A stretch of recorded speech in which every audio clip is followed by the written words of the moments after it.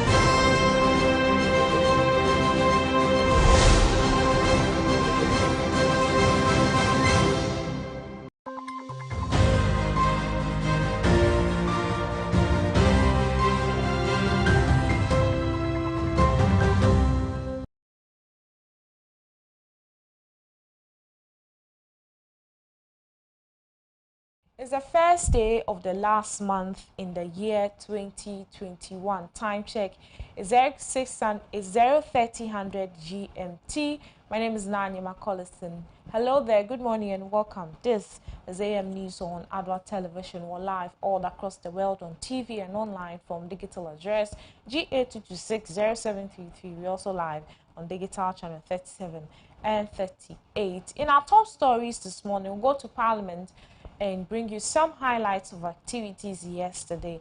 Also, we'll bring you some business and sports news. You might want to stay with me.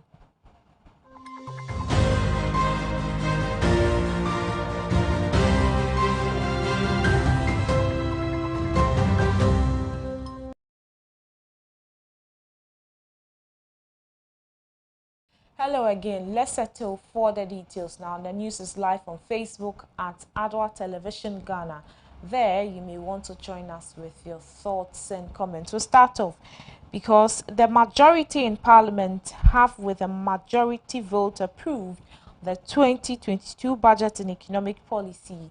This comes after 138 majority in Parliament, including the first Deputy Speaker, who sat in as Speaker, voting on the motion posed by Honorable Seche Mensah Bonsu and his Deputy Honorable Atachia. Leaders of the majority in the House had earlier moved for the motion for the decision by the minority on Friday, and also through Standing Order 1-5 reposed the full authority of speakership in the first deputy, which was subsequently adopted by the Speaker. Meanwhile, the minority in Parliament totally deserted in the House ahead of yesterday's sitting.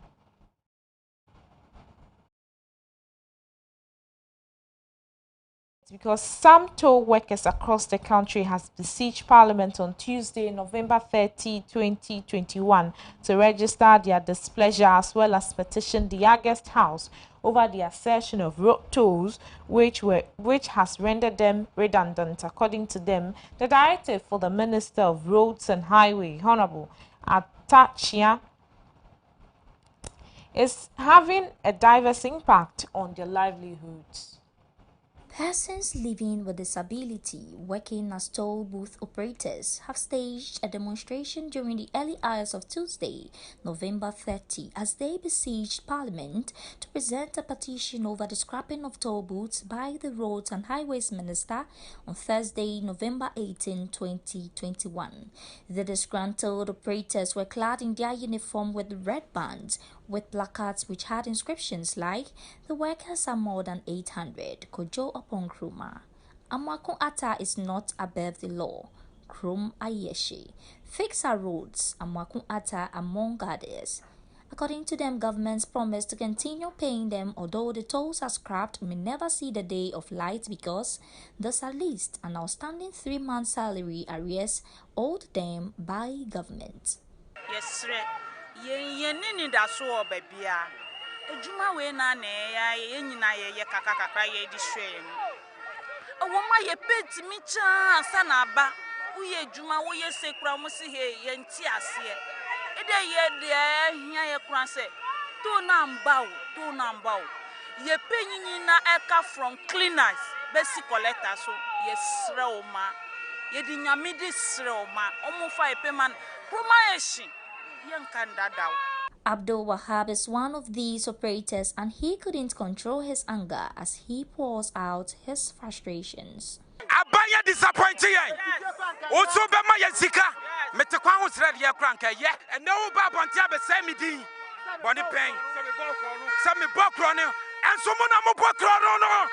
Is it a crime for us to be a disabled? Even America, the pay tolls.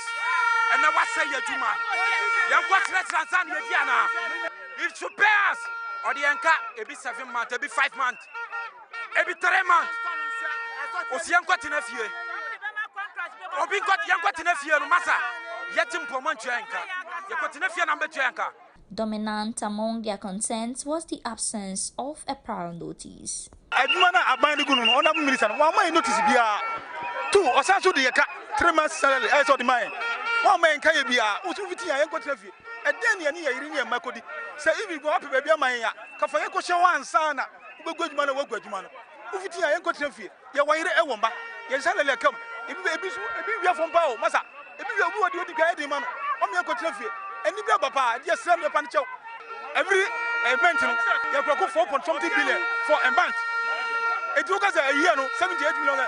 Baby, go for Kona, and go for Kona, you know, contact more, Obizam, baby, on this carnival.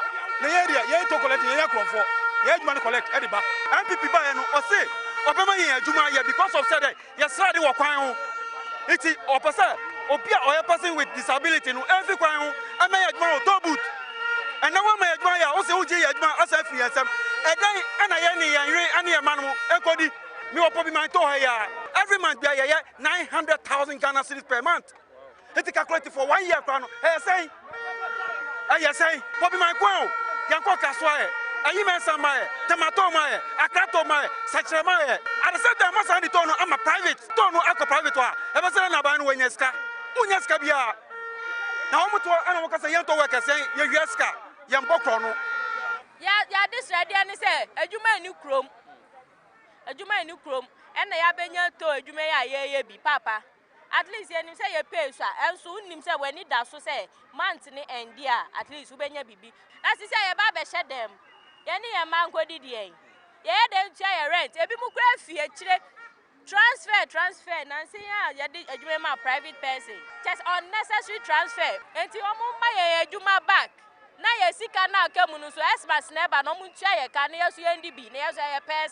The secretary of the Ghana Toll Workers Group's Edward Duncan, after presenting the petition on behalf of the group, spoke to Reginald Addy. There's a toll plaza called Kubasi that the road was not that good. That the minister promised them that he's going to repair the roads and then they will go back to work. That it's going to take him 3 months. You know, as I speak to you now, it's been a year.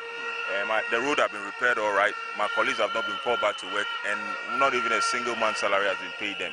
So that strengthens our position that we don't actually believe that, you know, what the minister is telling us will be fulfilled. And mind you, the place that I'm talking about, the Kubasi place, there's only 30 workers there. But nationwide, we are over 800.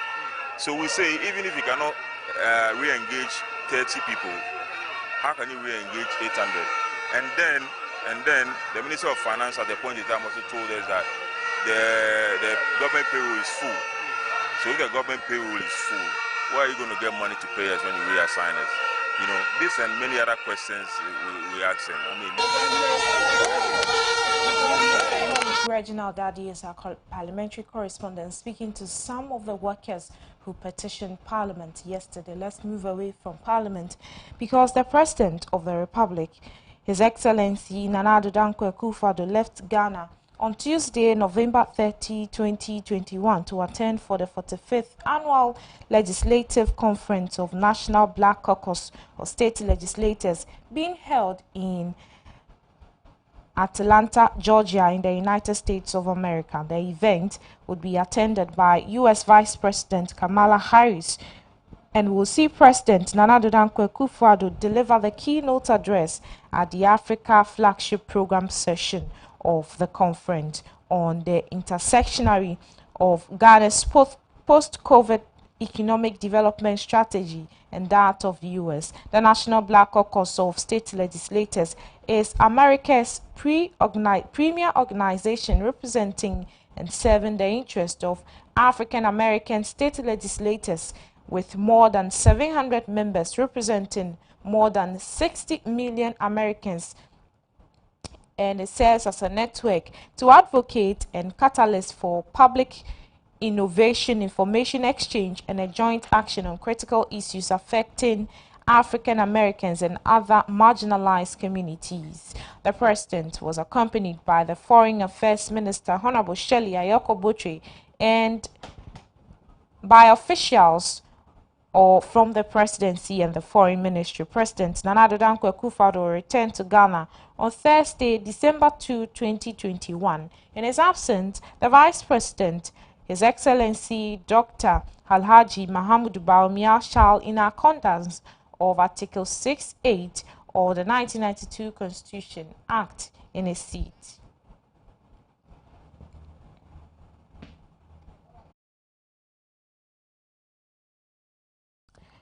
Member of Parliament for Madina constituency, Francis Xavier Sosu, joined his constituency in Ayimensa, Damfa, and Otinibi in a demonstration over poor roads on Monday, October 25, 2021.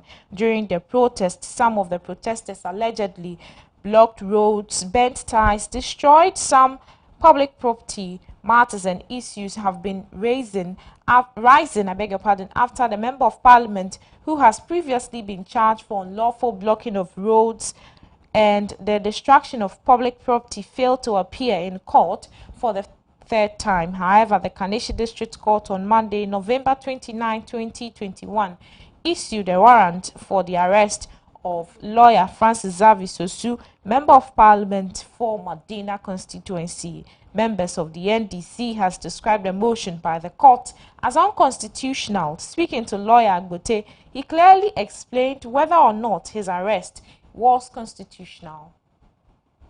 For the arrest of the Member of Parliament is unconstitutional is one that doesn't have to arise at all. Because the NDC made up of lawyers, seasoned lawyers that I know. And they know that there is a saying, apart from the provisions of the laws, there is this axiom in law that says that crime vitiates all. What it means is that even if you have immunities, if you have exemptions, once you go committing crime, you surrender all those exemptions and immunities. Immediately, crime is alleged or is committed. For instance, we have a fundamental human right of freedom to movement and freedom to speech. But immediately you have aberrations with the law, your freedom to movement is stopped immediately. You are arrested. And your freedom to speech, you'll be warned to even talk. They will tell you that, look, you are supposed to remain silent. But if you want to say anything, you can go ahead. But anything you say will be used as evidence against you in court. That's a caution to you before you even start talking. Even though you have the freedom of speech, freedom to speak, but you have to be cautioned before you talk. So you are even discouraged from talking, or you are even restricted from talking. So these human rights that we have, immediately crime is alleged or crime is committed, they are vitiated. That's why I say crime vitiates all. Now, in the case of the MP, the argument the NDC or the minority may be making is that he is an MP, and for that matter, he has immunities. But the immunities of the MPs are limited to the performance of their parliamentary duties, other than the process of performing it or they are on the way to go and perform it. In general, that is where the immunities are limited. I don't think that leading a demonstration is part of the parliamentary duties that the MPs need to perform. So for me, if you ask me, I would say that no, it is very constitutional. You see, there's one thing. There are three main arms of government, as we all know: the legislature, the judiciary, and then the executive. There are always conflicts. As human, we are going to have conflict today, conflict tomorrow, and conflict will not end. In terms of rights, in terms of understanding an issue and all that. So, and the judiciary is always in the middle. That is the only place that if the other arms of government have differences, they run to. So if there is an order from that last arbiter or the final arbiter is the court. So if there is an order from the final arbiter that you must report and you as a lawmaker refuses to go, of course what you are doing is that you are disrespecting the orders of the courts. And you see, if you have a last arbiter like the court, but that's the last place of resort. If you have that place and that place who is not disrespected, it is not respected and it is disrespected, it means that we don't have anywhere to run to in terms of disputes. And in doing so, you are having a banana republic or a republic of anarchy where there is no law and where people do things the way they want to do it. But you see, the judiciary has served this purpose for all these years. So I think that my friends on the other side must look at the law again and they must look at it again. It can never be unlawful for a court of properly constituted jurisdiction to order for the arrest of anybody who has been suspected to have committed crime. It can never be.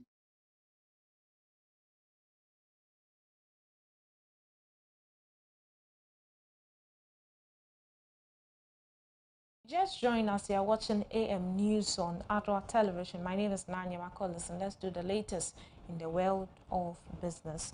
The Institute of Statistical, Social and Economic Research at the University of Ghana is calling on government to review this 1.75% proposed electronic tax in the next year's budget, which has been rejected by Parliament, saying the rate is unprecedented. In a post-budget analysis, Director of ESEC, Professor Peter Quartey, even said though the e-levy is not a bad idea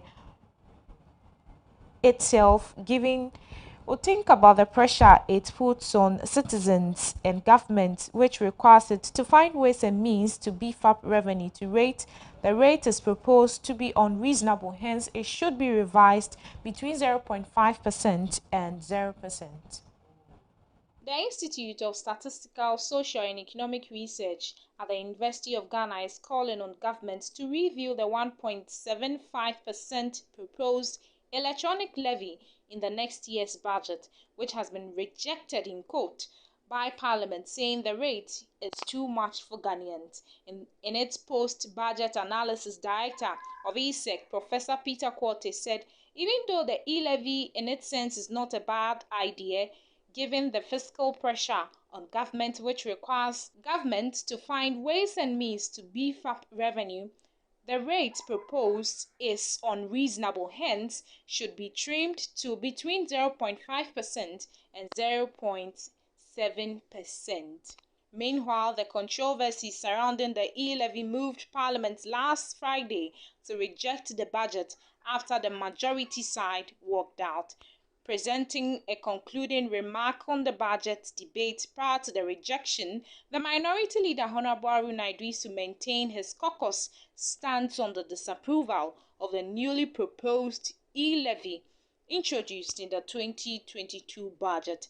Among other concerns raised regarding the policies contained in the budget, he stated that the e-levy in particular turns the country backwards by affecting small businesses and individuals as well.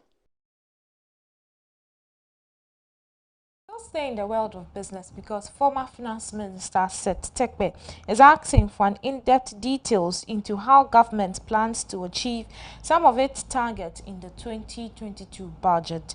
One of such is government revenue target, which Seth Terkper, former Finance Minister, believes that is an extravagant decision to take. Speaking at the 2022 virtual budget review organized by PFM Tax Africa Network, he demanded specific details as to how government and the Ghana Revenue Authority plan to reach the target. The government of Ghana is aiming at increasing the tax to GDP ratio from 16% to 20% in 2020. This was revealed by Finance Minister Ken Ofori-Atta While reading the 2022 budget statement in Parliament, although the government has missed its revenue target over the years, it is still hopeful that it can generate 100.5 billion Ghana cedis in revenue next year, up from the projected outturn 70.3 billion Ghana cedis in 2021. But the former finance minister said Tekbe believes these targets are not feasible. Speaking at a virtual 2022 budget review organized by PFM Tax Africa Network, he demanded specific details as to how the government and the Ghana Revenue Authority plan to reach these targets. The former finance minister said Tekbe is asking for an in-depth details into how the government plans to achieve some of its targets in the 2022 budget. One of such is government's revenue target, which he believes is over-ambitious.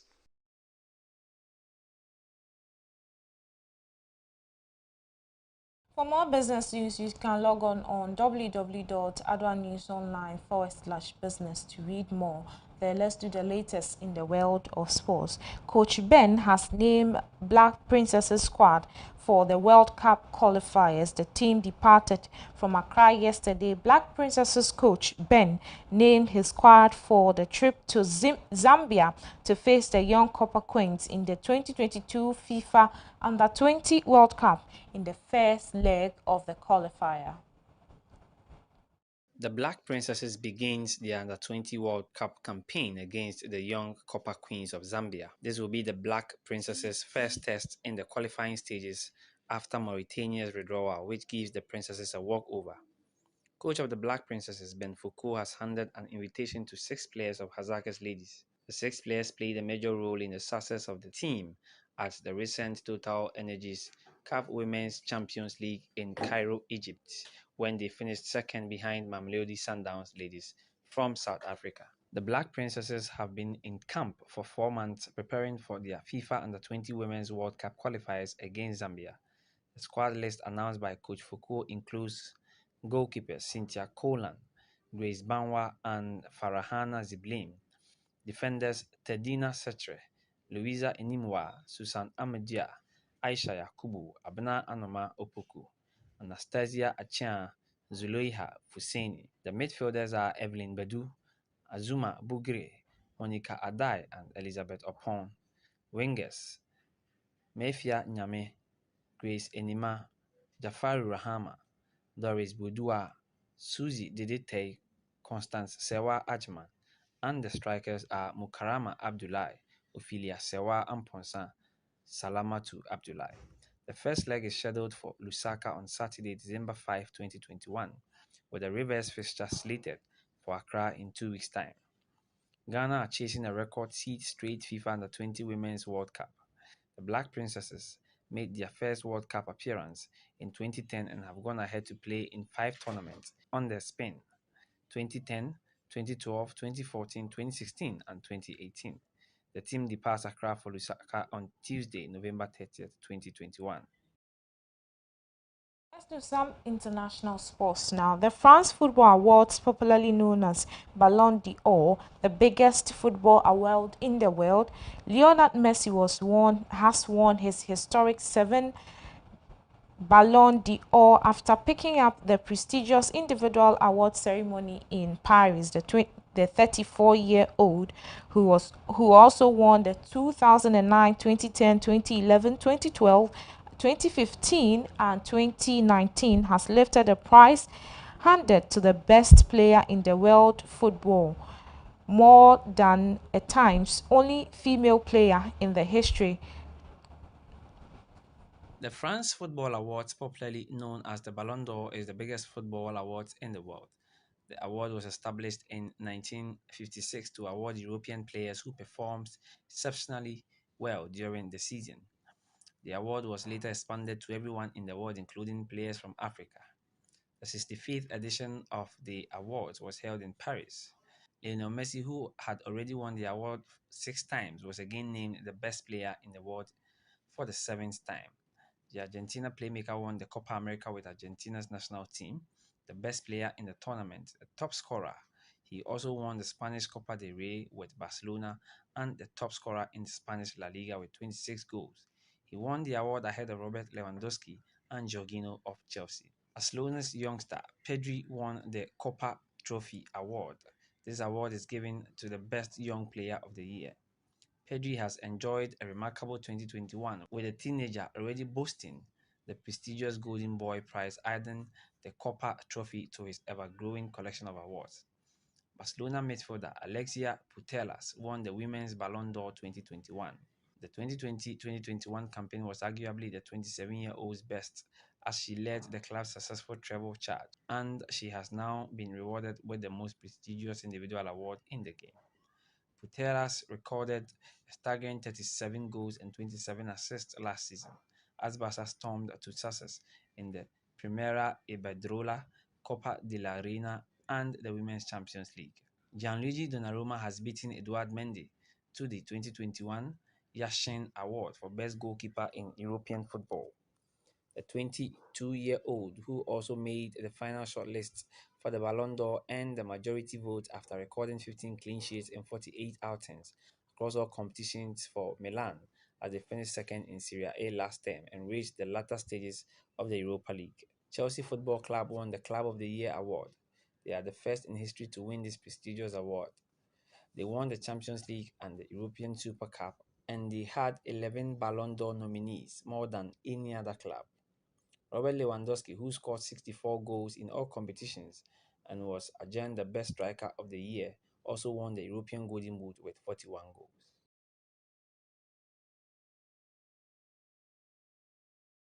This is how we wrap up on today's edition of AM News on Adoatv Television. We'll bring the updates of these stories and many others in our subsequent bulletins. Meanwhile, you can visit our website www.adwanewsonline.com for more news from me and the rest of the team. We'll see you again very soon. Please do stay well with us on AM Ghana Show as we deliberate on real issues bothering Ghana. My name is Nanya Collison. Please, as always, stay safe. Thank you for watching. Good morning.